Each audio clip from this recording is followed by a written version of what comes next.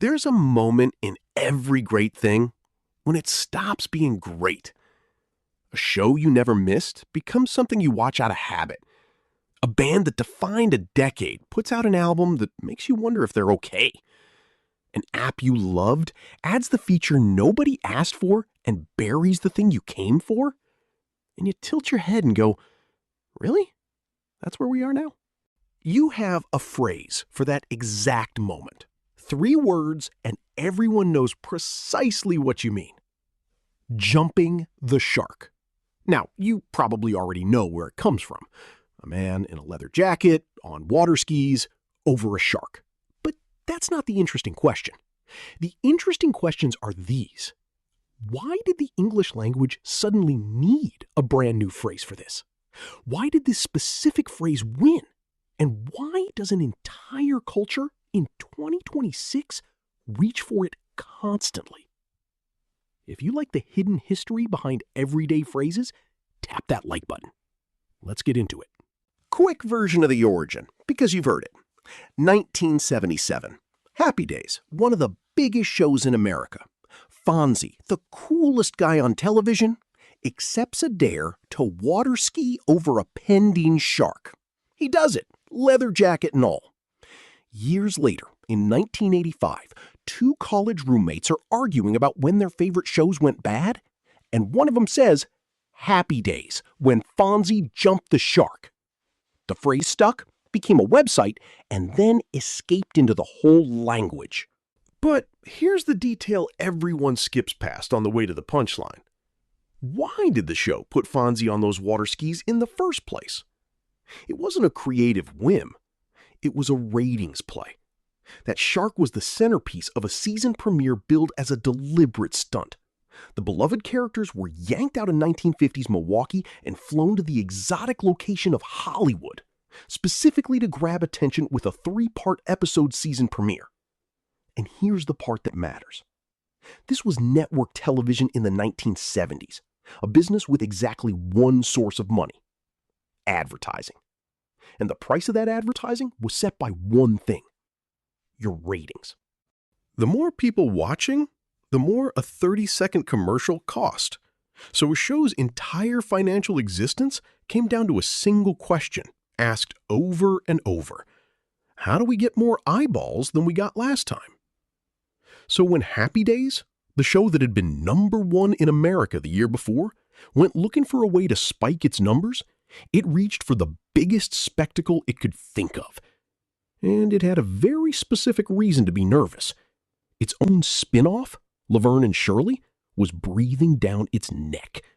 In fact, that exact season, the one the shark episode kicked off, Laverne and Shirley would edge past it to become the #1 show in America. By the narrowest margin you can imagine, a ratings point of 31.6 to 31.4. The parent show was about to be dethroned by its own child. So what did it do?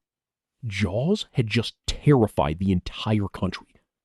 So a shark. Of course a shark.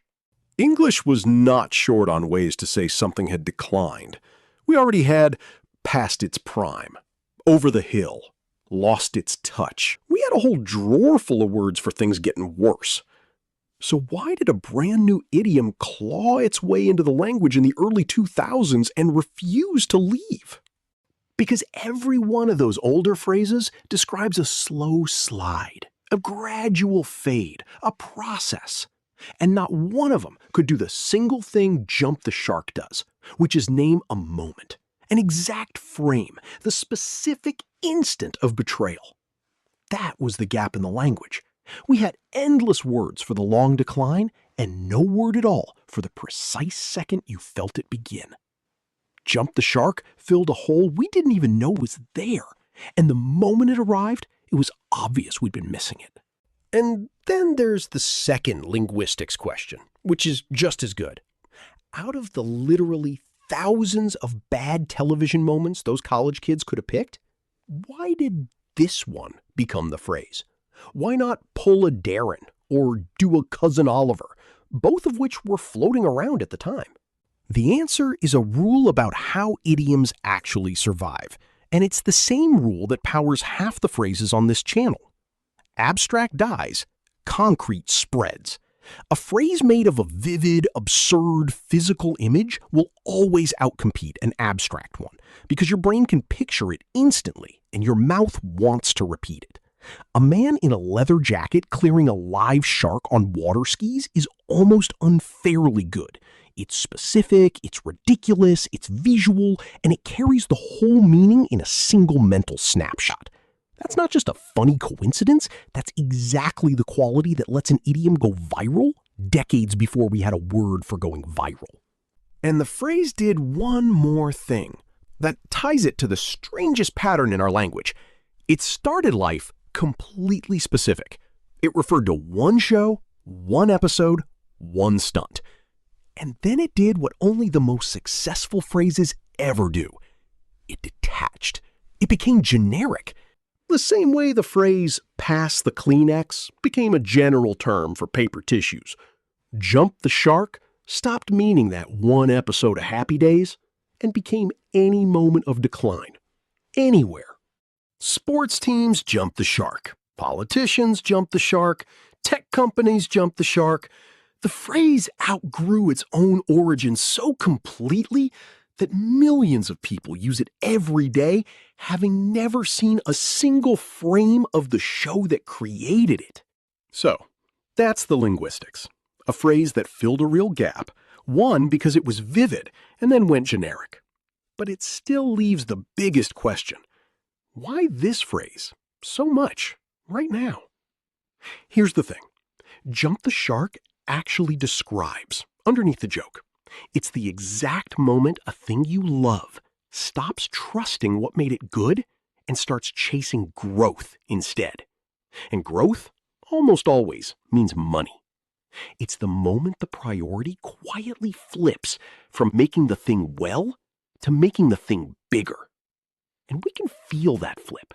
We can feel it with uncanny precision. That's what the phrase is for. It's the tripwire we step on when we sense that something has stopped being made for us and started being made at us. And the reason it stings, the reason it's not just a shrug, but an accusation, is that it's about betrayal. And betrayal requires a relationship. We have an unspoken deal with the things we love. You stay true to what made you special, and I'll stay loyal. Jump the shark is the phrase for the moment one side breaks that deal. It's how we say, I trusted you, and you sold out. Now, here's why we say it so much more in 2026 than ever before. Because that deal is being broken everywhere, constantly, all at once. And once you see the pattern, you can't unsee it. Your favorite show can't just be a good show that ends. It has to become a franchise, then a cinematic universe, then a fourth spin-off nobody asked for, because the IP is worth too much to let it rest. Every creator, every platform lives under one law: escalate or disappear. Whatever got your attention last time isn't enough this time. You have to go bigger, louder, more. Which is the exact same dare Fonzie faced on those water skis, except now the whole culture is standing on the dock being dared every single day. The shark used to be a once-a-season event. Now it's the business model. Everything you love is under constant demand to grow, and growth is the exact thing that makes it stop being the thing you loved.